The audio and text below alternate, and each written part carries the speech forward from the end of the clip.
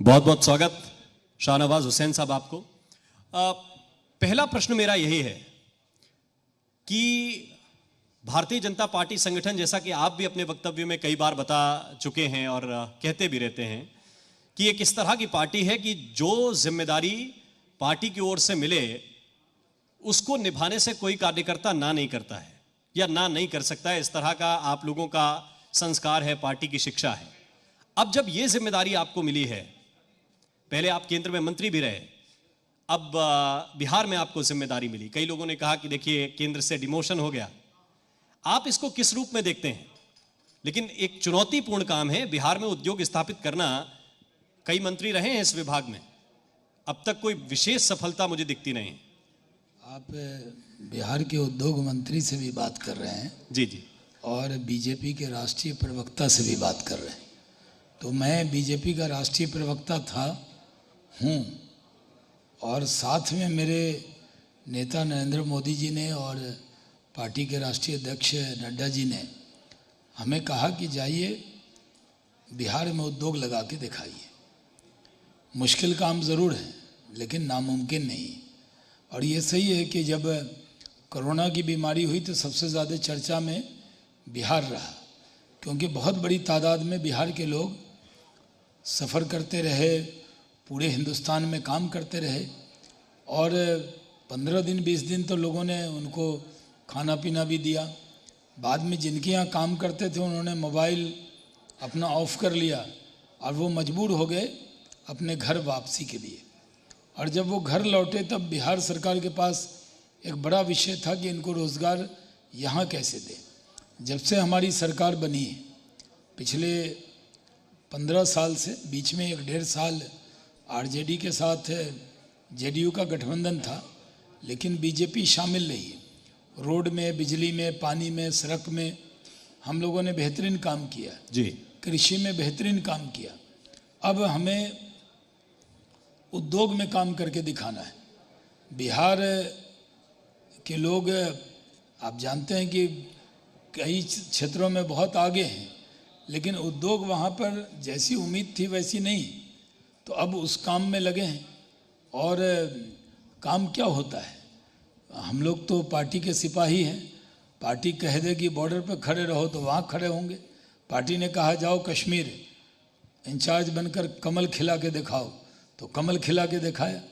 Party ने कहा जाओ किशनगंज, जहाँ कभी बीजेपी ने जीती थी, पहली बार वहाँ पर गए, 70% मुस्लिम आबादी थी और वहाँ जाके कमल खिला के दिखाया। अभी पार्टी ने कहा जाओ बिहार उद्योग लगा के दिखाओ तो उद्योग लगा के दिखाएंगे। चुनौती बड़ी है लेकिन इरादा भी बड़ा है, और जिन्होंने हुक्म दिया है वहाँ जाने का उनका मन भी बड़ा है। तो बड़े मन से बिहार की तरक्की के लिए भेजा है और इसलिए उस काम को अच्छे से कर रहे हैं। जो मेरा संपर्क है, संबंध है, जो मेरे रिश्ते हैं, और पार्टी के प्रवक्ता के तौर पर जिस तरह से मैं लोगों के बीच में जान पहचान रही है, उसका लाभ बिहार को होगा। अभी मैं आपके कार्यक्रम में आ रहा हूँ तो मैं भीलवाड़ा से आ रहा हूँ जी, और एयरपोर्ट से सीधा आया हूँ, क्योंकि मैं भीलवाड़ा में टेक्सटाइल कंपनियों ने हमें बुलाया था जी। हम नई टेक्सटाइल पॉलिसी बना रहे हैं और वो नई टेक्सटाइल पॉलिसी जब हम बना रहे हैं तो बहुत से लोग बिहार में उद्योग लगाना चाहते हैं जी। तो बिहार के अंदर हमारा इरादा ये है कि बिहार के लोगों को काम उनके राज्य में मिले। अगर हम ये सोच लेंगे नहीं साहब यहाँ उद्योग लग ही नहीं सकता तो फिर वही स्थिति रहेगी। और अभी एक अच्छी स्थिति बनी है कि कोरोना काल में बिहार पहला राज्य है जहाँ सबसे ज़्यादा इन्वेस्टमेंट आया है, करीब 35,000 करोड़ का आया। तो बिहार में इन्वेस्टमेंट का प्रपोजल भी आएगा, ये किसी ने कल्पना नहीं की थी। तो बड़ी तादाद में लोग आ रहे हैं। हमें mega food park Narendra Singh Tomar ji आ रहे हैं, उन्होंने हमें दिया है तो हम उसमें काम कर रहे हैं। तो बिहार में भी उद्योग लगे इसके लिए कोशिश कर रहे हैं जी। ठीक मंत्री जी, एक सवाल ये ज़रूर आपसे है कि देखिए हम जब टीवी पे चर्चा करते हैं, जब एक प्रवक्ता के रूप में आपको किसी सरकार की पॉलिसीज़ को जनता के सामने रखना हो कि देखिए ये सरकार कर रही है, उसको रखने में, और जब ज़मीन पे आप बिहार जैसी ज़मीन पे उतरते हैं जहाँ पे ईज ऑफ डूइंग बिजनेस में बहुत काम करने की आवश्यकता आपने महसूस की होगी जब आप गए होंगे, तो कितनी कठिनाई वहां पे पाई आपने असल में जमीन पे? क्योंकि आपको एक ट्रैक बनाना भी है, एक होता है कि आपको ट्रैक पे दौड़ लगाना है, ट्रैक बना हुआ है, अब आपके सामने चुनौती है कि अपना रास्ता भी बनाइए, उस पर दौड़ भी लगाइए, साथ साथ उद्योगों को भी दौड़ाइए। कितनी कठिनाई है? देखिए, जब ट्रैक बनाना होता है ना, जो पुराना ट्रैक होता है उसमें भी रिनोवेशन की ज़रूरत होती है, और जब नया ही ट्रैक बनाना हो तो उसमें दिक्कत कम आती है, अपने हिसाब से ट्रैक बनता है। और यही वजह है कि बिहार में आज लोग कह रहे हैं ईज एंड डूइंग बिजनेस, वैसा नहीं है।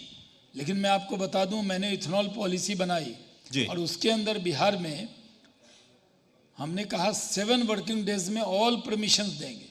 और मुझे बताते हुए खुशी हो रही है कि बिहार पहला स्टेट है जिसमें हमने जितने प्रपोजल हैं, चाहे एनवायरनमेंट का क्लियरेंस हो, एक्साइज का हो, वाटर का हो, हमने 2 दिन के अंदर दिए। अगर हमने बियाडा से लैंड दी है तो हमने विद इन आवर्स दिया है। तो ईज एंड डूइंग बिजनेस में बिहार बहुत।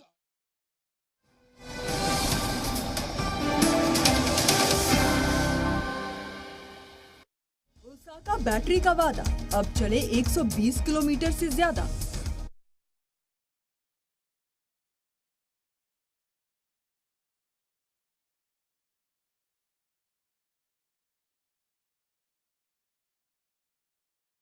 अपहरण फिल्म देखेगा, बिहार में बिहारी टोन में जो विलेन की इमेज बनाई जाएगी तो बताया जाएगा कि ऐसा बिहार है।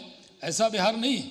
बिहार गुरु गोविंद सिंह जी की जन्मभूमि है, भगवान महावीर की जन्मभूमि है, चंद्रगुप्त और अशोक की भूमि है, चाणक्य की भूमि है, और गौतम बुद्ध को जहाँ ज्ञान प्राप्त हुआ था वही बिहार है। और जहाँ ऑक्सफोर्ड और कैम्ब्रिज से पहले यूनिवर्सिटी बनी, विक्रमशिला और नालंदा, वही बिहार है। आज बिहार में पहले यूपीएससी के टॉपर एसीपी डीसीपी नज़र आते थे बिहार के, अब तो आप दिल्ली के थानों में जाएंगे तो ज़्यादातर एसएचओ बिहार के नज़र आएंगे। क्योंकि बिहार के बारे में परसेप्शन ये हो गया कि बिहार होगा, एक मजदूर आदमी होगा, सर पर वो टोकरी लेकर चलेगा, आपकी सेवा करेगा। आपने किसी बिहार के आदमी को किसी चौराहे पर भीख मांगते देखा है? बिहारी स्वाभिमानी होता है, कहीं भी जाता है तो काम करता है। इंडिया के लोग अब्रॉड में जाके सिलिकॉन वैली में अगर काम करेंगे तो उनको हिंद दृष्टि से नहीं देखा जाएगा। अगर बिहार के लोग अपने ही देश में कहीं जाकर काम करेंगे तो कहा जाएगा नहीं, बिहार में बड़ी बेरोजगारी है इसलिए जा रहे हैं। नहीं, बिहारियों के टैलेंट पर उनको रोजगार मिल रहा है इसलिए वो जा रहे हैं। आपको मालूम होगा कोरोना काल में बड़ी तादाद में लोग चले गए, बहुत सी जगह फैक्ट्री बंद हो गई, तो लोगों ने हवाई जहाज से टिकट दे के बिहार के लोगों को बुलाया। अगर छठ का पूजा हो, अभी जी दिवाली हो, बहुत से काम रुक जाते हैं क्योंकि उस वक्त बिहार के लोग छठ में वापस चले जाते हैं। बिल्कुल शबनम। और बिल्कुल जिस तरीके से असदुद्दीन ओवैसी साहब भी हमारे साथ इस चर्चा में शामिल हो रहे हैं, उनका इस्तकबाल करेंगे। MIM सदर असदुद्दीन ओवैसी साहब, आपका इस्तकबाल है जी मीडिया के इस कॉन्क्लेव में। जी, आप मुझे सुन पा रहे हैं असदुद्दीन ओवैसी साहब?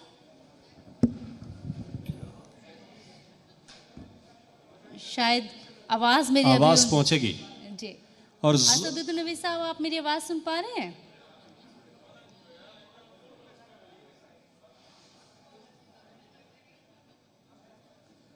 ठीक है, असदुद्दीन ओवैसी साहब आपका आवाज मिल रही है?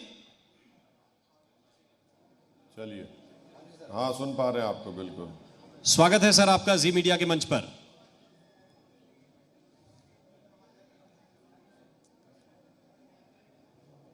जी शुक्रिया।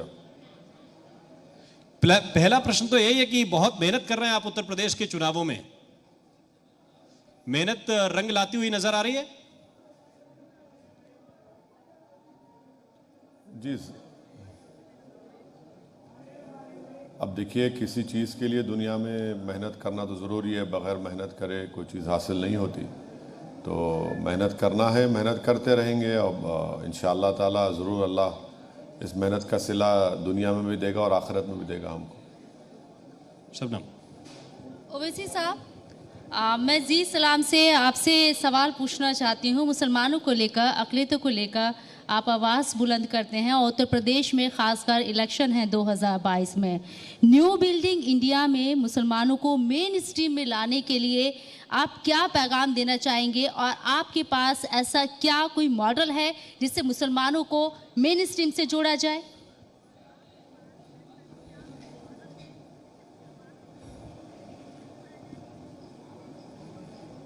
नहीं, देखिए, मेन स्ट्रीम में तो मुसलमान है, मेन स्ट्रीम में कब नहीं है मुसलमान। अब यह और बात है कि जितनी सरकारें बनी उन्होंने मुसलमानों से जो इंसाफ करना था वो इंसाफ नहीं किया। और अगर आज भारत में मुसलमान उसका लिटरेसी रेट सबसे कम है जी, महिलाओं में सबसे कम है, ड्रॉप आउट रेट दलितों के बाद ज़्यादा है और आउट ऑफ स्कूल चिल्ड्रन ज़्यादा हैं दलितों के बाद, तो इसका ज़िम्मेदार कौन है? इसका ज़िम्मेदार यकीनन वो सरकारें हैं जो इनको ये इंसाफ नहीं करी।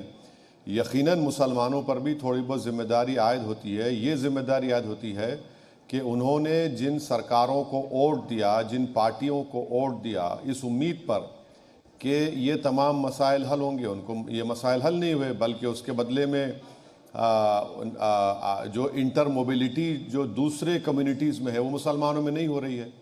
अगर कोई आप नौजवान मुसलमान से बोलेंगे कि बेटा तेरी तरक्की अपने बाप से ज़्यादा हुई या कम हुई, तो बोलेगा कम होगी।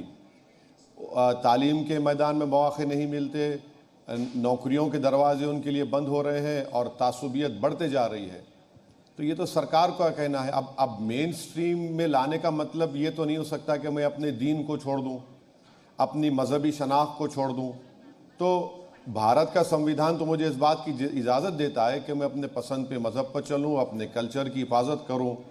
तो हमारी लड़ाई तो यही है, इन हुकूक़ की लड़ाई है। इन मुसलमानों को उनका जायज़ मुकाम मिलना चाहिए। नौजवानों को एक उम्मीद जो जग रही है, जो मैं बदलाव देख रहा हूँ, वही तो हम कोशिश कर रहे हैं।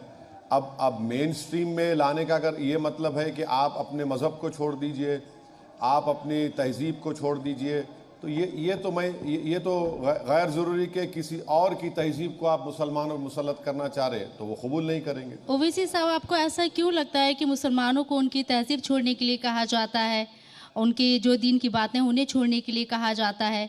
क्या मुसलमान आज आपको नज़र आते हैं पॉलिटिक्स में, एजुकेशन में?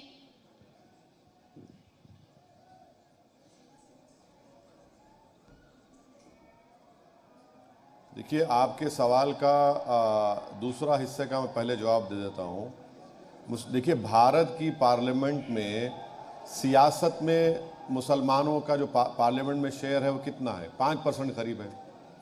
बीजेपी के पास 300 एमपी, एक मुसलमान एमपी नहीं है।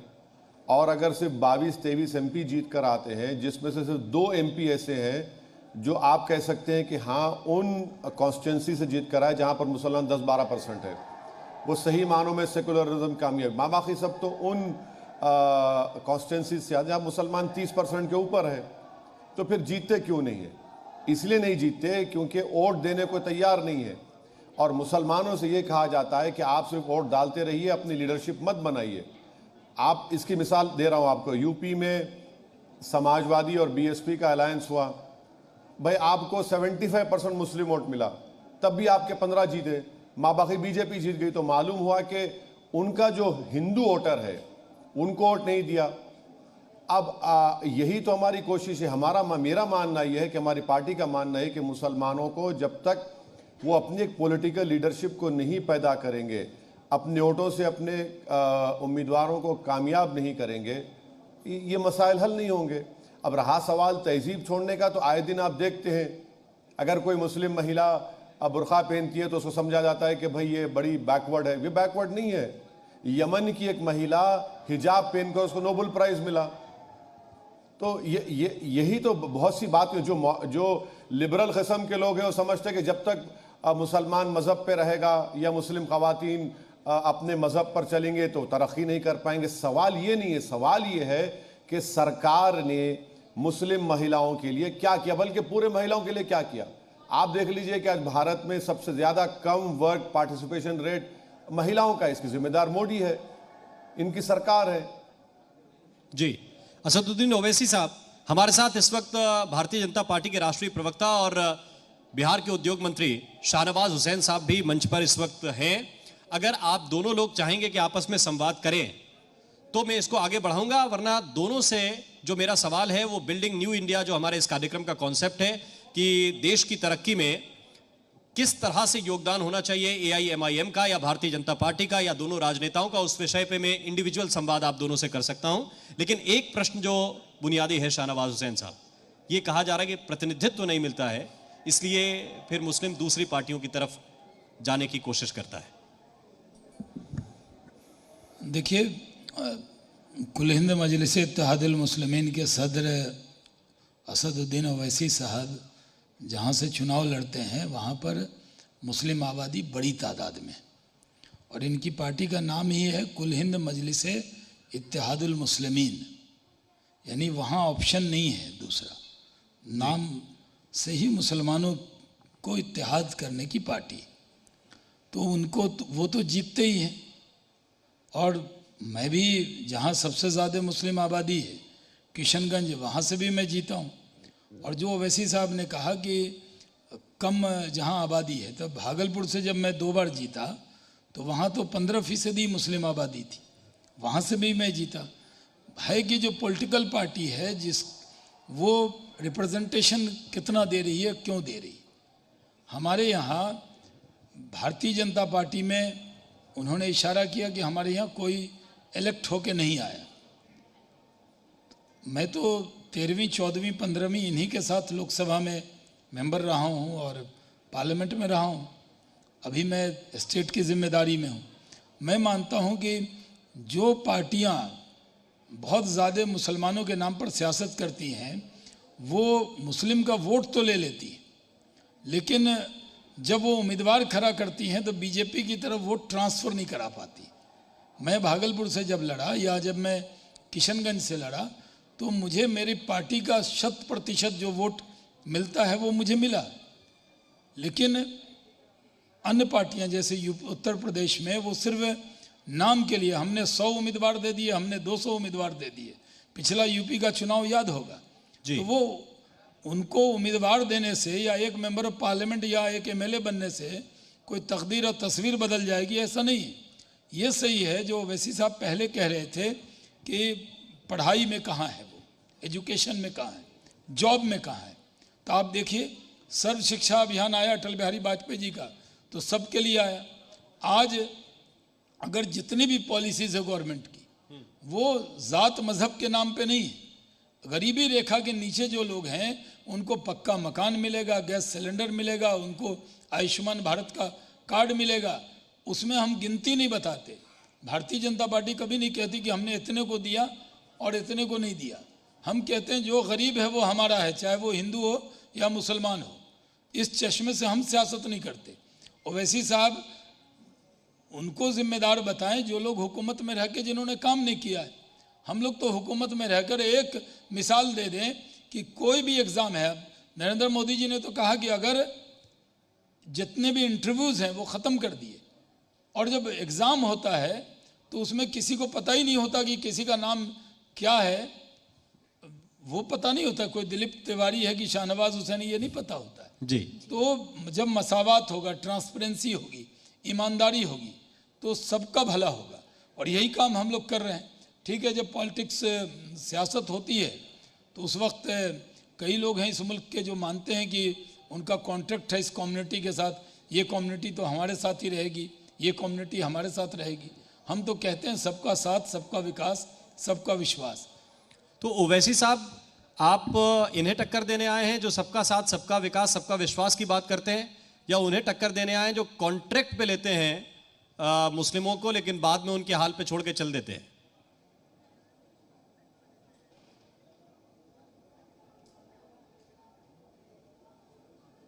देखिए, मैं आपका जो ओरिजिनल सवाल था उसका जवाब दे देता हूं पहले जी। कि न्यू इंडिया की आपने बात की, मुसलमानों का न्यू इंडिया में क्या रोल होना चाहिए, ये आपका सवाल था ना पहले? नहीं, मैंने ये सवाल पूछा कि एआईएमआईएम का क्या योगदान है, क्या विजन है। आप अकेले मुसलमानों पे क्यों आ जाते हैं? मैंने तो कहा कि आपका क्या योगदान है अध्यक्ष के नाते, पार्टी के नाते।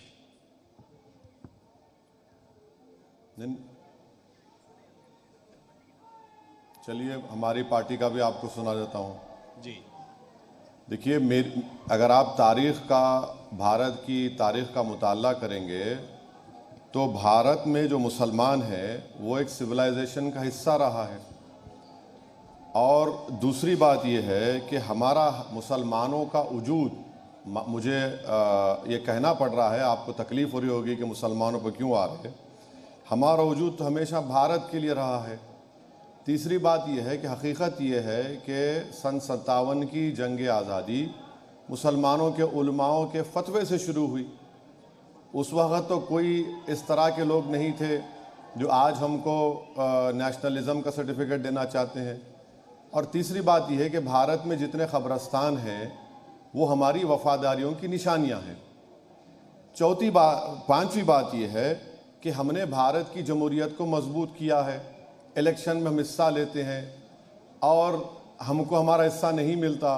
ये भी हकीकत है कि भारत के मुसलमानों को पिछले 75 साल में मलियाना मिला, मेरठ मिला, हाशिमपुरा मिला, दिल्ली मिला, भागलपुर का फसाद मिला, अलीगढ़ में एक तालों का बिजनेस बर्बाद कर दिया गया, भागलपुर में जो रेशम बनता था वो ख़त्म कर दिया गया, गुजरात मिला, और अब आसाम में मोइनुल हक की लाश के ऊपर एक फोटोग्राफर कूदता है और हमको क्या मिलता है? मुसलमानों को फॉरेनर्स ट्रिब्यूनल मिलते हैं। और अब बिहार सरकार जो है एक कोर्ट के जजमेंट का हवाला लेकर बॉर्डर एरिया में इन्फिल्ट्रेशन हो रहा है, बिहार सरकार कहती है। अब मुझे बताइए कि सीवान में कौन सा बॉर्डर लगता है बिहार में? तो ये अगर आप न्यू इंडिया बनाना चाहते हैं तो ये न्यू इंडिया में आप एक क्रिकेट प्लेयर पर शक करते हैं, 11 की टीम में 11 परफॉर्म नहीं करते, जो करते हैं उनको इस मंच से जवाब है। गाली देते हैं। तो ये जो जिनके दिमाग में जहर भरा है उनका क्या इलाज है? जो मोहम्मद शमी पे शक करते हैं, नहीं सुनिए, वो जहर, जी जो मोहम्मद शमी पे शक करने वाले लोग हैं, मैं तो खुद कह रहा हूं। देखिए, आप शाहनवाज को इंटरप्ट नहीं कर रहे, आप मुझे इंटरप्ट कर रहे हैं। नहीं, इंटरप्ट नहीं कर रहा हूं, मैं तो आपकी बात को और आगे बढ़ा रहा हूं। आप कह रहे हैं मोहम्मद शमी के खिलाफ जो हुआ उसकी निंदा करता हूं। भाई साहब, आपके साथ जो कह रहे हैं मैं आपकी बात आगे बढ़ा रहा हूं, आप अपनी बात बढ़ा दीजिए, मैंने टोका नहीं आपको। बस तो लीजिए ना जी। अगर मैं आपकी सुन तो लीजिए ना। मुझे यकीन है कि आपको अपनी आवाज से बड़ी मोहब्बत दिख रही मुझे, तो हम आपकी आवाज सुनने तो नहीं आए ना, आप हमारी आवाज सुनने आए हैं। जी तो सुन लीजिए जरा, आप सुन तो लीजिए। तकलीफ तो होगी आपको, क्योंकि सच्चाई है पूरी। ये आप कैसे तय कर लेते हैं कि मुझे तकलीफ होगी? शाहनवाज साहब का, भाई शाहनवाज, हम देखिए आपको भी मंच पर आमंत्रित कर रहे हैं असदुद्दीन साहब, और आपकी आवाज सुनने के लिए आमंत्रित करते हैं। इंटरप्ट कर रहे हैं तो बोलना पड़ेगा ना। आप पहले कह देते हैं कि आपको तकलीफ हो रही होगी, ये आपने तय कर लिया। आप हमारे मेहमान हैं भाई, हमारे मेहमान बोलेंगे तो हमें तकलीफ क्यों होगी? खुशी होगी भाई साहब। अरे जी, आप ये मान के चलिए कि जो आप बोल रहे हैं मुझे खुशी हो रही है। आप बोलिए, तय करेंगे कि आप कितना बोले और मैं कितना बोला। जी चलिए, आपको खुशी हो रही है, बड़ी अच्छी बात है। अब इस पे गुलाब जामुन खिलाएंगे आपको जब मिले। तो अब आप सुन लीजिए और एक बात जी। अब हमारे दोस्त शाहनवाज साहब बात कर रहे थे। अरे भाई, आप सिविल एविएशन का कैबिनेट मंत्री, उसको बीजेपी ले जाकर बिहार में एमएलसी का बनाकर मिनिस्टर बनाती है। शाहनवाज साहब को टिकट नहीं देते। अब वो हमारे दोस्त हैं, इंशाल्लाह हमारी दोस्ती उनसे रहेगी। मगर सवाल ये पैदा होता है कि बीजेपी के 300 एमपी में एक भी मुसलमान क्यों नहीं जीत पाता? इसका जिम्मेदार कौन है? अच्छा, रहा सवाल, हमारे फाजिल दोस्त ने भी बात कही कि सबका साथ सबका विकास। मैंने आरटीआई एप्लीकेशन डाला कि उत्तर प्रदेश में प्रधानमंत्री ग्रामीण योजना में, आवास योजना में, ग्रामीण में 3 साल में कितने मुसलमानों को घर मिला? मैं आज जिम्मेदारी से कह रहा हूं कि 19-20, 18-19, 19-20 और 20-21 10 घर भी मुसलमानों को नहीं दिए गए जो सैंक्शन किया गया है। मैं बार बार इस बात का मुतालबा कर रहा हूं। एक मर्तबा डिबेट भी हुई थी जब शाहनवाज साहब हमारे साथ एमपी थे। उस वक्त से आज तक मैं मुतालबा कर रहा हूं कि जो माइनॉरिटीज को स्कॉलरशिप मिलती है उसको डिमांड ड्रिवन करिए। डिमांड ड्रिवन करिए। आप नंबर लगाते हैं, आप बाजा बजाते हैं कि हमने इतने लोगों को स्कॉलरशिप दी माइनॉरिटीज की। आपको मालूम हर साल 65 लाख मुसलमान बच्चों को स्कॉलरशिप नहीं मिलती क्योंकि आप नंबर लगा दिए। तो यही तो हमारा बोलना है। और रहा सवाल के जो पार्टीज मुसलमानों को उनके हक से महरूम करती है, हम उनके खिलाफ हैं, चाहे वो बीजेपी हो, चाहे वो कांग्रेस हो, चाहे वो समाजवादी हो, चाहे वो कोई पार्टी हो। जो बात है वो कहनी पड़ेगी। और ये बात बिल्कुल सही है कि जब समाजवादी हुकूमत कर रही थी उत्तर प्रदेश में, उन्होंने क्या किया, बहुत से फसादात हुए, बल्कि मुजफ्फरनगर का फसाद हुआ। आज़ादी के बाद, पार्टीशन के बाद अगर 50,000 लोग बेघर हुए तो इनके राज में हुए। समाजवादी ने कोई इंसाफ नहीं किया, जिसकी वजह से आज 1000 केसेस मुजफ्फरनगर के खत्म हो चुके हैं। समाजवादी ने कुछ नहीं किया। और सोने पे सुहागा ये है, जैसे उर्दू में कहते हैं तरफे तमाशा, ये है कि योगी सरकार ने 77 केसेस विड्रॉ कर लिए मुजफ्फरनगर राइट्स के, जिसमें बीजेपी के बड़े बड़े लीडर शामिल हैं। खुद अपने खिलाफ केसेस को विड्रॉ कर लिया। और आप बताइए फिर कौन सा इंसाफ होगा? तो यही तो हम आपसे कह रहे हैं ना कि बाबरी मस्जिद के क्रिमिनल ट्रायल का मुकदमा फैसला आता है, ये सरकार अपील नहीं करती। मक्का मस्जिद का बम ब्लास्ट का केस आता है, सरकार अपील नहीं करती। ख्वाजा अजमेरी रहमतुल्लाह अलैह का केस आता है, उस पर अपील नहीं करती। क्यों अपील नहीं करते आप? भाई टेररिज्म के खिलाफ आपकी एक पॉलिसी होनी चाहिए ना। ठीक, आप तो हर एतबार से अगर आप देखेंगे, हर एतबार से अगर आप देखेंगे तो मुसलमानों से इंसाफ नहीं हो रहा है। जी शाहनवाज जी। देखिए, ओवैसी साहब की दिक्कत यह है कि वो हिंदुस्तान की आवाम को ये हिंदू और मुसलमान के चश्मे से ही देख रहे हैं। क्योंकि मैंने पहले ही कहा कि उनकी पार्टी का नाम ही कुल हिंद मजलिस इत्तेहादुल मुस्लिमीन है। मैं तो उनको भारतीय के तौर पे देख रहा हूँ। और मैं आपको कहता हूँ, ओवैसी साहब ने कहा एक मुसलमान को घर नहीं मिला, पता नहीं आरटीआई लिया, कैसे वो निकाल कर लाएं। मैं उनको पूरी जानकारी मैं देना चाहता हूँ। मैं अभी चंद दिन पहले उत्तर प्रदेश गया था और उत्तर प्रदेश में योगी जी से मिला तो उन्होंने एक क्लस्टर योजना चलाई है, 1 डिस्ट्रिक्ट 1 प्रोडक्ट। मैं ओवैसी साहब से कहूँगा कि ODOP का वो गूगल पे, जब तक वो तो पढ़े लिखे आदमी बैरिस्टर हैं, वो निकाल के देख सकते हैं। उसमें उन्होंने क्लस्टर डेवलप किया। आपने कहा कि मुरादाबाद, अलीगढ़ का ताला का बिजनेस ख़त्म कर दिया। योगी जी ने मुरादाबाद में बर्तन के को क्लस्टर बनाया, ये भदोई में कालीन को बनाया, खुर्जा में मिट्टी के बर्तन को बनाया। और उसमें ज़्यादातर 80% यानी 80% मुस्लिम लोग, इस नज़र से नहीं किया कि मुस्लिम के लिए किया। यूपी का वो प्रोडक्ट है, उसमें क्लस्टर दिया, उसमें अलग से उसमें पैसा दिया और बहुत से लोग मुझे मिले जिन्होंने फ़ायदा उठाया। और जहाँ तक सवाल है घर का, घर की एक लिस्ट होती है वैसी साहब, एक लिस्ट होती है गरीबी रेखा के नीचे कौन है और उनकी पूरी लिस्ट होती है। अब वो लिस्ट के हिसाब से घर मिलते हैं, चाहे वो बिहार हो, यूपी हो या तेलंगाना हो। वो हम लोगों ने कमिटमेंट ये दिया है, प्रधानमंत्री का है कि हम 2022 तक सबको पक्का मकान देंगे। ऐसी हज़ारों लिस्ट है। मैं उत्तर प्रदेश की सरकार से मंगा के ओवैसी साहब के घर पे रजिस्ट्री करके मैं भेज दूंगा उसको। लेकिन कम से कम वो बताएं कि उनका सोर्स क्या है। वो जाकर यूपी में यही क्यों तलाशते हैं? काश ऐसा भी दिन आए कि ओवैसी साहब कहें कितने गरीबों को मकान मिला या नहीं मिला। ये जाके तलाशते हैं हिंदू को मिला कि नहीं, मुसलमान को मिला कि नहीं।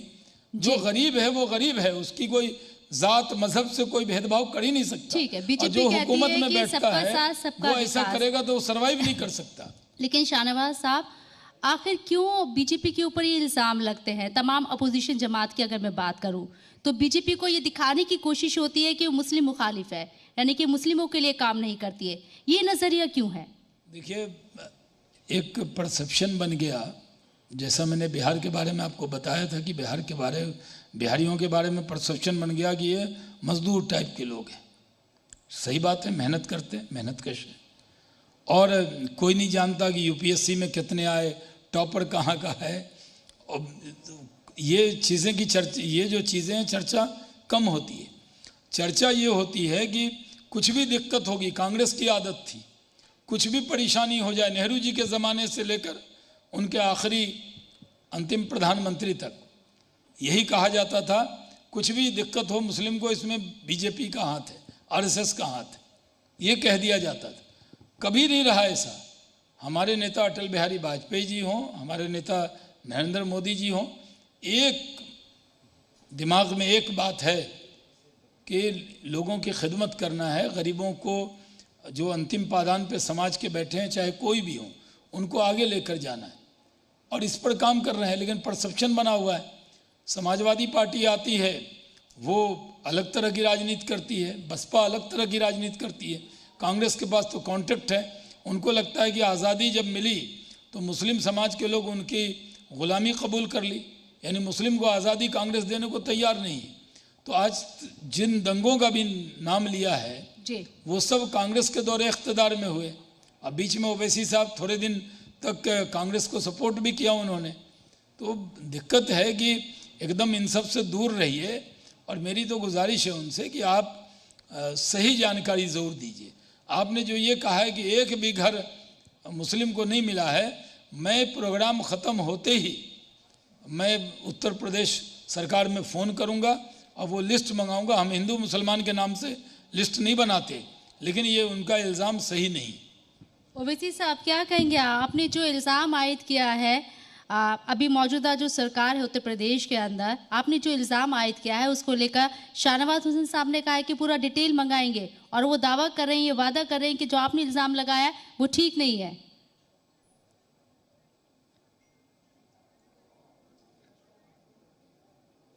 अच्छा है ना, मैं तो आरटीआई एप्लीकेशन डाला हूँ।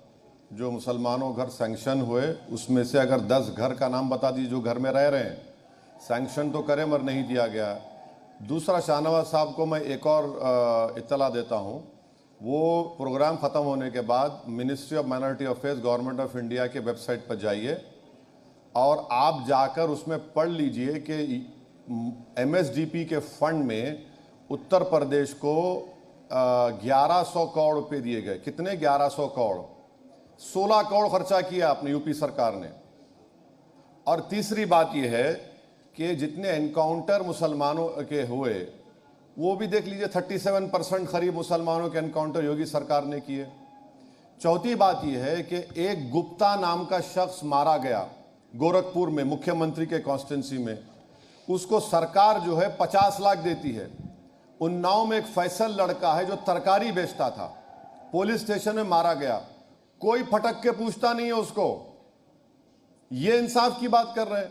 त्रिपुरा में 15 मस्जिदों को जला दिया गया या डैमेज कर दिया गया 5 दिन तक। किसकी सरकार है? बीजेपी की सरकार है। शाहनवाज साहब त्रिपुरा चले जाइए, हकीकत आपके सामने आ जाएगा। मैं जो कुछ कह रहा हूं ना, ये फैक्ट है। आरटीआई की एप्लीकेशन डालकर मुझे जो जवाब दिया गया, मैं कह रहा हूं माइनॉरिटी अफेयर्स की जो रिपोर्ट है वेबसाइट पर अवेलेबल है, उसको कह रहा हूं। ड्रॉप आउट रेट हाईएस्ट मुसलमानों का है, वो आपसे कह रहा हूं।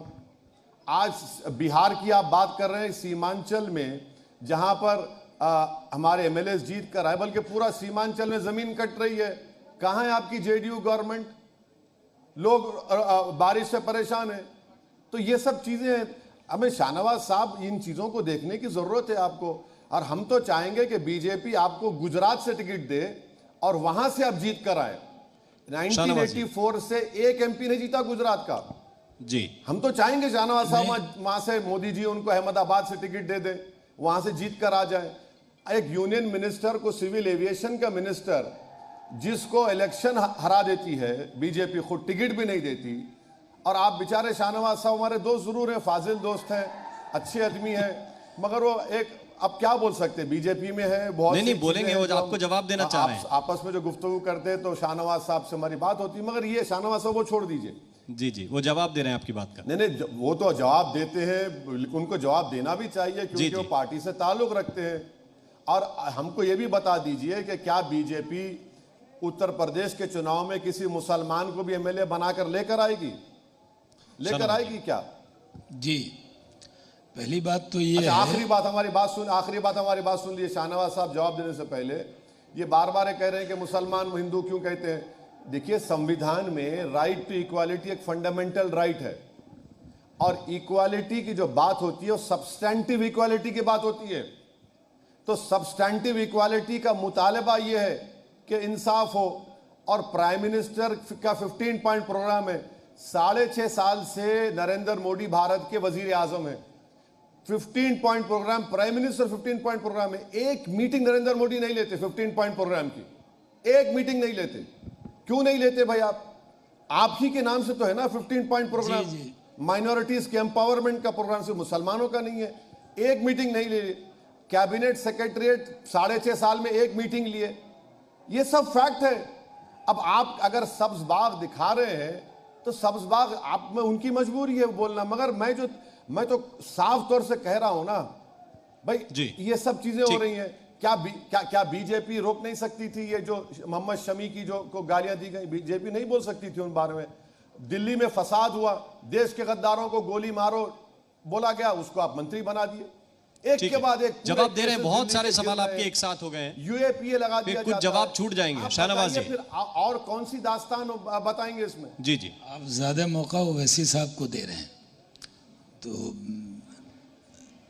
मैं इसमें भी चाहता हूं बराबरी हो। और वो जिन बातों का जिक्र उन्होंने किया है, पहले तो मैं ओवैसी साहब, मैं ताज्जुब में हूं कि आप जैसे बैरिस्टर अब इनकाउंटर में भी आप गिनने लगे कि इनकाउंटर 37% हो गया। यानी इनकाउंटर जो होता है वो जो अपराध में अपराधी शामिल होते हैं उनका होता है। ये तो आपको सलाह लोगों के बीच में जाने की ज़रूरत है कि जो लोग अपराध के रास्ते पे हैं या टेररिज्म के रास्ते पे हैं या अन्य रास्तों पर है, उनको इस रास्ते को तर्क करने देना चाहिए। हम तो टेलीविज़न पर सुनते रहे, आप तो कल विकास दुबे को भी बता देंगे कि वो माइनॉरिटी का था। शाहनवाज साहब, अगर आप जी नहीं शाहनवाज साहब, अगर आप आधा मिनट देंगे तो मैं माफी चाहता हूँ, मैं आपको डिस्टर्ब कर रहा हूँ। शाहनवाज साहब, मुझे एक बात बताइए, आपके पास प्रज्ञा ठाकुर है, जहाँ प्रज्ञा ठाकुर है वो दूध की धुली हुई आपकी नज़र, मुझे मालूम, जिसने गोडसे की बड़ी तारीफ की, जिसने हेमंत करकरे को कोसा। शाहनवाज साहब, एक रिपोर्ट है, जितने एनकाउंटर हुए उसमें मुसलमानों को मारा गया। आप बताइए कि जेल में जाकर मारते हैं किसी को गोली? क्यों मारा गया भाई जेल में जाकर? कितने लोगों को मार दिया आप? जी मैं बताता हूं। और मैं आपको मिसाल दे रहा हूं, एक ब्राह्मण लड़के को लखनऊ में मारा गया तो योगी ने सस्पेंड कर दिया। वो एप्पल का एम्प्लॉय था। और भाई इंसान तो इंसान ही है ना, आपकी बात सही है, मगर ये कहां से इंसाफ है कि अगर मुसलमान है तो उसके खून की कीमत नहीं है, और कोई आला जात का है तो सस्पेंड हो जाएगा। गुप्ता मरता है तो 50 लाख और नौकरी, फैसल मरता है तो कोई पूछने वाला नहीं है, वो भी पुलिस कस्टडी में मरा। अब जवाब हो रहा है शाहनवाज साहब, जवाब ले हो रहा है। आपकी मजबूरी में समझ सकता हूं, ठीक, मगर आप इसको सोचिए। मजबूरी नहीं है, मेरा बोलना जरूरी है। मैं ये कह रहा हूं कि एक तो इनका ये इल्ज़ाम मैं पूरी तरह, मैं उम्मीद नहीं करता था कि ओवैसी साहब कहीं नौकरी में, ये सही है कि सच्चर कमेटी की रिपोर्ट आई जिसका जिक्र पार्लियामेंट में एक डिबेट हुई थी, तो माइनॉरिटीज़ पर एक डिबेट हुई थी, तो 3 लोग बोले थे। कांग्रेस से मौलाना इसराउल हक साहब बोले थे, बीजेपी से मैं बोला था, और ओवैसी साहब उसमें पार्टिसिपेट उन्होंने किया था। हमने आंकड़ों पर बात है, पिछड़ा है, बेरोजगार है, ये सच्चर कमेटी की रिपोर्ट में आया। और ये भी सही है कि जिन लोगों ने बेरोजगार बनाया, जिन्होंने हुकूमत की, वो जिम्मेदार हैं। कांग्रेस ने मुसलमानों को गरीब बनाया और गरीब का बेटा देश का वजीर आज़म बना, तो उसने गरीबों के लिए ही सारी योजना बनाई, और उसमें यह नहीं कहा कि ये हिंदू के लिए, मुसलमान के लिए। मैं आपको बता दूं, मेरे पास आंकड़ा है, मैं पूरा आंकड़ा, अगर दिलीप तिवारी साहब मुझे फिर से बुला लेंगे कभी ओवैसी साहब के सामने, तो मैं वो ये भी आरटीआई वाला आंकड़ा लेकर आए कि घर मिला या नहीं मिला। मैं भी योगी जी से वो पूरा आंकड़ा मंगा के लेके आऊँगा। और मेरे पास आंकड़ा है कि आबादी से ज़्यादा गैस सिलेंडर मिला, क्योंकि गरीब ज़्यादा मुस्लिम थे। तो कोई खाता खुला तो सबका खुला, तो खाता सबका खुला तो किसी ने रोका कि तुम मुसलमान हो तो खाता नहीं खोलेंगे, घर तुम मुसलमान हो तो घर नहीं देंगे। ये इल्ज़ाम मैं सही नहीं मानता। दूसरा, मैं मानता हूँ कि आप इस तरह जब कहते हैं कि ये गुप्ता है और ये अपर कास्ट का है, इसको इतने लाख मिले, आपको लिखना चाहिए। आपको जाकर, अगर आपको लगता है कि कहीं पर कोई ज्यादती हुई है तो आपको योगी जी से जाके मिलना चाहिए। एक चीफ मिनिस्टर हैं, जाके कहना चाहिए ये कागज़ है। लेकिन आप सिर्फ इल्ज़ाम लगाएंगे, ये सही नहीं है। जो अपराध और अपराधियों से योगी जी ने न समझौता किया है न करेंगे। मैं मानता हूँ, मैं तो खुद, मैंने कहा ना पिछले दिनों जब ओवैसी साहब कॉन्क्लेव किसी चैनल का हो रहा था, उससे चंद दिन कबल मैं योगी जी के पास गया था, तो उनके नज़र में तो एक चीज़ है, जो मुल्क से मोहब्बत करेगा उसको वो अपने पलकों पर बैठाएंगे, अपने छाती से लगाएंगे। लेकिन आप चाहिएगा कोई अपराध करे, गोली चलाए, उसका इनकाउंटर, ये पूछा जाए भाई साहब पहले बताओ गोली चलाएंगे बाद में तुम हिंदू हो या मुसलमान हो, अगड़े हो या पिछड़े हो, ये नहीं हो सकता। अपराध को को अपराध के नज़रों से ही देखा जाएगा। और इसलिए मैं मानता हूँ कि मैं बहुत से लोगों को जानता हूँ जो बहुत तरक्की का काम कर रहे हैं। ओवैसी साहब सबसे पढ़े लिखे मेंबर ऑफ पार्लियामेंट माने जाते हैं। आप अपनी जिम्मेदारी भी उठाइए। आप बताइए कि तालीम के लिए आपने कब बातचीत की है। आप जब आते हैं तो समाज में बंटवारा हो जाता है। मैं तो चाहता हूँ आपकी तकरीर से जो दरार है वो दूर हो जाए, लेकिन मैं मिशन पर हूँ, दरार को दूर करने में लगा हूँ। मैं फेविकोल की तरह जोड़ता हूँ और आप बीच में डायनामाइट लगा देते हैं, दरार को और चौड़ी कर देते हैं। तो हम लोगों को कोशिश करनी चाहिए कि अगर माइनॉरिटीज़ के लोग पीछे हैं, आपकी मांग सही है, जायज़ है, ये मैं मानता हूँ कि अगर माइनॉरिटी अफेयर से जो पैसा जाता है वो खर्च होना चाहिए। स्कॉलरशिप बार बार कहा गया कि पढ़ने की कोई दिक्कत नहीं हो। आज दिल्ली में, दिल्ली की सरकार है केजरीवाल साहब की, हमारी उनकी राय नहीं मिलती, लेकिन मैं दिल्ली के स्कूल में गया हूँ, हमारी अहलिया जो हैं वो पढ़ाती हैं दिल्ली के स्कूल में, तो देखा कि वहाँ रिज़ल्ट बहुत अच्छे हैं। वो बोर्ड पे लगा हुआ था, एक साल 99%, 100% रिज़ल्ट आ रहे हैं। तो अगर स्कूल अच्छे होंगे, गवर्नमेंट ईमानदारी से काम करेगी, चाहे कोई भी सरकार हो, अगर आप ईमानदारी से काम करेंगे, टीचर पढ़ाने जाएंगे तो खुद ब खुद लोग आगे आएंगे। लेकिन आपने तालीम के लिए कुछ नहीं किया। मेरी तो गुजारिश ओवैसी साहब से ये है कि आप खूब चुनाव लड़िए, यूपी में जाइए, वोट मांगिए, आपको पूरा हक है। लेकिन ये ध्यान रखिए कि आपके तकरीर से हिंदू मुस्लिम इत्तेहाद बढ़े। आपकी तकरीर से जब ऐसा डाटा देंगे कि इनकाउंटर में इतने मारे गए, मुसलमान ऐसे थे, हिंदू इतने थे, हिंदू मुसलमान छोड़िए, माइनॉरिटीज़ के तरक्की के लिए अगर आप काम करेंगे हमें कोई एतराज़ नहीं है, क्योंकि वो भी इस मुल्क के नागरिक हैं। और मेरी तो पहले, मैं कई डिबेट में इनसे कह चुका हूँ कि आप मेंबर ऑफ पार्लियामेंट हैं, आपके यहाँ हिंदू मुसलमान सब रहते हैं और आप पूरे हिंदुस्तान में चुनाव लड़ते हैं, तो मेरी गुजारिश है कि आप सबकी, जो नरेंद्र मोदी जी से आपका एतराज़ हो सकता है हमारे नेता मोदी जी आपको पसंद ना हो, लेकिन ये नारा आपको कैसा लगता है, ये मेरा सवाल है। सबका साथ, सबका विकास, सबका विश्वास, क्या इसकी तायीद करेंगे? क्या इस रास्ते पर आप भी चलेंगे? सिर्फ मुस्लिम के लिए नहीं, आप ये उम्मीद करते हैं कि बीजेपी, मोदी जी, योगी जी मुस्लिम के लिए भी सोचें। मैं उम्मीद ये करता हूं कि ओवैसी जी हिंदू के लिए भी सोचें। ये कब होगा? ओवैसी जी,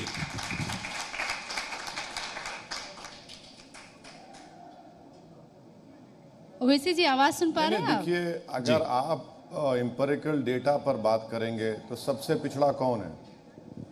हाँ, आ रही है। अगर आप एम्पिरिकल डेटा पर बात करेंगे तो सबसे पिछड़ा कौन है? दलित के बाद मुसलमान है, और 14% भारत की आबादी का हिस्सा, और उसको आप बेरोजगारी उसका मुकद्दर बना देंगे, नौजवानों को जेल में डाल देंगे, 27% जेल में है अंडर ट्रायल। ये डेटा है ना, एनसीआरबी का डेटा है, मैं नहीं कह रहा हूं। और आप आउट ऑफ स्कूल चिल्ड्रन सबसे ज्यादा हैं, तो सरकार क्या कर रही है? सरकार का काम नहीं है करना, इनको उठाना। आप ये बात कर रहे हैं, अब सबका साथ, सबका विकास, सबका विश्वास की बात कर रहे हैं। भाई वो जो यूनियन होम मिनिस्टर हैं जिनकी गाड़ी 4 किसानों को मार दी, क्या था वो? क्यों नहीं उसके घर को डेमोलिश किया गया? उसकी प्रॉपर्टी को क्यों नहीं सीज किया गया? क्योंकि वो ब्राह्मण समाज का है, उसके वोट हासिल करना है। ये बात कोई बोलता नहीं है ना, हम खुल के कह रहे हैं आपसे। मैं किसी समाज के खिलाफ नहीं हूं, मगर सच्चाई ये है। मैं तो आपको कई एग्जाम्पल दे सकता हूं सुप्रीम कोर्ट के रिटायर्ड जज जस्टिस सुदर्शन रेड्डी ने रिपोर्ट दी कि CAA के प्रोटेस्ट में यूपी में जो 22 मुसलमानों को मारा गया, उनका कत्ल किया गया, उनके सीने पे गोली मारी गई। ये जस्टिस सुदर्शन रेड्डी की रिपोर्ट है, पढ़ लीजिए आप। जब ये बात करते हैं तो भाई हिंदू मुस्लिम के खिलाफ कोई नहीं है। जब आप इंसाफ की बात कर रहे हैं तो इंसाफ मजलूम से होगा या ताकतवर से होगा या जालिम से होगा। इंसाफ तो कमजोरों से होना चाहिए ना। और कमजोर का डेटा मैं आपको दे रहा हूं, आप उसको मानने को तैयार ही नहीं है। मैं बार बार आपसे कह रहा हूं कि ये मेरे बर्बादी का डेटा है जिसमें आपकी सरकार भी शामिल है। आपने दिल्ली का फसाद नहीं रोक पाया। त्रिपुरा में आज 15 मसाजिद को नुकसान किया गया, आपकी सरकार वहां पर है, आप फिर बोलेंगे हिंदू मुस्लिम। अरे आपकी गलतियों की निशानदेही हम कर रहे हैं। ओवैसी साहब, कल अहमदाबाद, कल गुजरात में एक इलाके में एक मुसलमान ने नई होटल खोली। उस होटल के सामने संघ परिवार के लोग पहुंच गए कि कैसा खोलता है दुकान तू। ओवैसी आप साहब, कानून बनाते लव जिहाद, सुनिए, आप यूपी में कानून बनाते लव जिहाद के ऊपर। आप कौन होते भाई, कौन होते हैं आप? शादी, अगर कोई शादी करे ना करे, ये अब तो मैं डीएम ज्यादा को बता बोलूंगा के तो करे, इसमें बहुत क्या लोग आपत्ति नाराज है? हो जाएंगे। अब ये सब बातें होती हैं। और फिर आरएसएस के चीफ बोलते हैं कि इस्लाम, सुनिए, इस आरएसएस के चीफ बोलते हैं कि इस्लाम आया हमलेवारों की वजह से। वो मोदी को झूठा साबित कर दिए। मोदी सऊदी अरब गए तो कहा कि 626 ईस्वी में मुसलमान केरल में आए थे, ट्रेडर्स बनकर आए थे, हमलावर है। ये कौन बोलता है? फिर बोलते हैं डीएनए हमारा एक है। अरे भाई डीएनए अगर एक है तो फिर हमलावर कैसे हो गए? तो ये देखिए, बीजेपी एक पूरे भारत में एक आइडियोलॉजी पर चलती है और वो आइडियोलॉजी है आपके जो मोहन भगवत और नरेंद्र मोदी की आइडियोलॉजी, संविधान की आइडियोलॉजी नहीं है। अच्छा, वो ठीक है। आइडियोलॉजी है गोलवालकर की, असदुद्दीन वो ओवैसी आइडियोलॉजी है साहब। सावरकर की, वो आइडियोलॉजी है दीनदयाल उपाध्याय की। असदुद्दीन ओवैसी साहब, अब मैं थोड़ा सा आगे बढ़ता हूं। आप इतने तीखे सवाल भारतीय जनता पार्टी के नेताओं से पूछते हैं, केंद्र सरकार, राज्य सरकारों से पूछते हैं, फिर ये सपा और बसपा वाले आपको बी टीम क्यों बताते हैं बीजेपी की?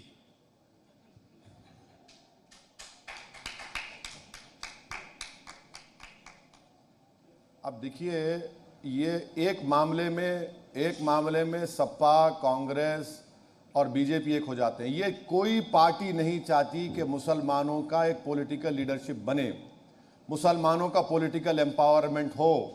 मुसलमान, क्योंकि भारत की राजनीति की एक तल हकीकत ये है कि जिसके पास उसका नेता है, जिस समाज का नेता है, उसका काम होगा। ये हकीकत है। अभी मोदी जी ने कैबिनेट का एक्सपेंशन किया, जो रैली निकाली गई पूरे भारत देश में कि देखो हमने इतने ओबीसीओं को बनाया, यादव को बनाया, अनुप्रिया पटेल को बनाया, बाघेल साहब को बनाया।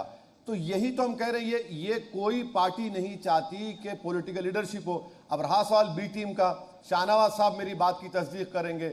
आज लालू कांग्रेस को क्रिटिसाइज कर रहे हैं। कांग्रेस लालू को कह रही है कि बीजेपी से मिले हुए हैं, ममता कांग्रेस से कह रही है, कांग्रेस ममता से कह रही है। तो मुझे तो मजा आ रहा है ना, मैं तो देख रहा हूं अखिलेश यादव उनके 5 एमपीज जीतते हैं, 3 तो मुस्लिम बाहुल इलाके से जीतते हैं, और खुद मुलायम सिंह यादव की मेजोरिटी कम होगी मैनपुरी से। तो आप मजा लेने यूपी आए? वोट मिला हमको बोलने वाले बी टीम, सी टीम जो बोलते बोलिए, मुझे कोई फर्क नहीं पड़ता जी। हाँ, अच्छा, एक सवाल का जवाब मैं लेना नहीं, चाहूंगी मजाक- ओवैसी देखिए, साहब मजाक आपसे। तो ये पॉपकॉर्न मोमेंट बोलते हैं, हम देख रहे हैं ना। लालू जब कांग्रेस को गुस्सा कर रहे हैं और एक बात सुन लीजिए, एक बात सुन लीजिए जी। और शिवसेना कांग्रेस के गोद में बैठी हुई है, और बीजेपी कांग्रेस शिवसेना को कहती है कि तुम देश के खिलाफ हो, शिवसेना इनको कहती है। तो ठीक है ना। देखिए, अंग्रेजी में कहावत है, what goes around comes around. तो हमको कोई फर्क नहीं पड़ता। आप जितनी गालियां, उर्दू की जो डिक्शनरी उसको फेरोजुल लुगात बोलते हैं, जितने फेरोजुल लुगात में अल्फाज इस्तेमाल कर लीजिए हमारे खिलाफ, हमको कोई फर्क नहीं पड़ने वाला है। जितना हमको बोलेंगे, जितना हमको गाली देंगे, उतना हमारा अज़म, हमारा हौसला और काम की शिद्दत बढ़ते जाएगी। मगर ये सच्चाई है। अब बिहार में शाहनवाज से पूछिए कैसे लड़ रही है कांग्रेस और राजद वहां पर। जी नहीं, मैं एक आखिरी सवाल मैं आपसे ये पूछना चाहता हूं, फिर शाहनवाज जी के पास में चलूंगा। सवाल यह है कि जिस बुनियाद पे आप आरएसएस को, भारतीय जनता पार्टी को, जिस बुनियाद पे आप आलोचना उनकी करते हैं, आप भी तो वही काम करते हैं। वो आप कहते हैं वो हिंदुओं के लिए काम कर रहे हैं, आप मुस्लिमों के लिए काम कर, क्या फर्क रह गया फिर? और क्या उम्मीद आप करते हैं फिर बीजेपी करे या आरएसएस के लोग करें? बहुत बड़ा फर्क है, जमीन और आसमान का फर्क है। जिस तरह सफेद और अंधेरे में फर्क है ये है। फर्क यह है कि असदुद्दीन ओवैसी भारत के संविधान को मजबूत करने की बात करता है। असदुद्दीन ओवैसी भारत में कोई शरीयत को नाफिज करने की बात नहीं करता है। असदुद्दीन ओवैसी कहता है कि इस देश का कोई मजहब नहीं है, ये देश तमाम मजहब को मानने वाला है। लेकिन सर आप तो बीजेपी मुस्लिमों और में हिंदू आरएसएस मुसलमान इस मुल्क ढूंढते हैं। को एक मखसूस आइडियोलॉजी में रंग देना चाहती है। सुनिए सुनिए सुनिए सुनिए हमारी बात मैडम, सुन लीजिए। ये मुल्क को हिंदू राष्ट्र बनाना चाहते हैं और आप देख रहे हैं कि किस तरह से काम हो रहा है। वो आइडियोलॉजी के ऊपर काम हो रहा है, संविधान पे कहां हो रहा है काम? बताइए। संविधान पर अगर काम होता तो बाबा साहब अंबेडकर के अपने संविधान में कहा लिबर्टी, इक्वालिटी, फ्रेटर्निटी, जस्टिस। कहां मिल रहा है बताइए? ये तो है ही नहीं ना। कानूनी निजाम पर यकीन है ओवैसी साहब? आरएसएस और बीजेपी में है। हाँ, अगर आप ये समझ रहे हैं कि मैं मजहबी हूं, मैं यकीनन मजहबी नहीं ओवैसी साहब, सुनिए, कानूनी मैं निजाम पर मजहबी यकीन मुसलमान है हूं। आपको? यकीनन मुझे फख्र है, मैं मजहब पे चलने वाला हूं, मगर इसका यह मतलब नहीं है कि मैं अपने मजहब को किसके ऊपर। कानूनी निजाम पर यकीन है आपको? अदालतों पर यकीन है आपको?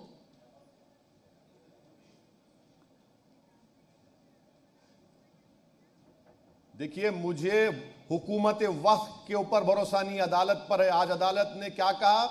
पेगासिस के ऊपर इंक्वायरी होगी। शर्म आनी चाहिए बीजेपी को कि इंक्वायरी कमीशन बना दी गई। आप तो हर एक का टेलीफोन सुनते हैं। अब तो ऐसा हाल हो गया कि अब तो बाथरूम में झांक के देखेंगे, तो वो हाल हो गया ना। आज सुप्रीम कोर्ट ने क्या, हम सुप्रीम कोर्ट को मानते हैं, फैसला सुप्रीम कोर्ट का। सुप्रीम कोर्ट के फैसलों से आप डिसएग्री भी कर सकते हैं। Justice JS. वर्मा ने, जो सुप्रीम कोर्ट के चीफ जस्टिस, ने कहा कि supreme court is supreme but not infallible. ये डेमोक्रेसी है, जमहूरियत है। अब आप पूछेंगे इनको मानते हैं नहीं, अरे मानते हैं ना मैडम। आप उनसे पूछिए जो मानते हैं नहीं मानते हैं, जो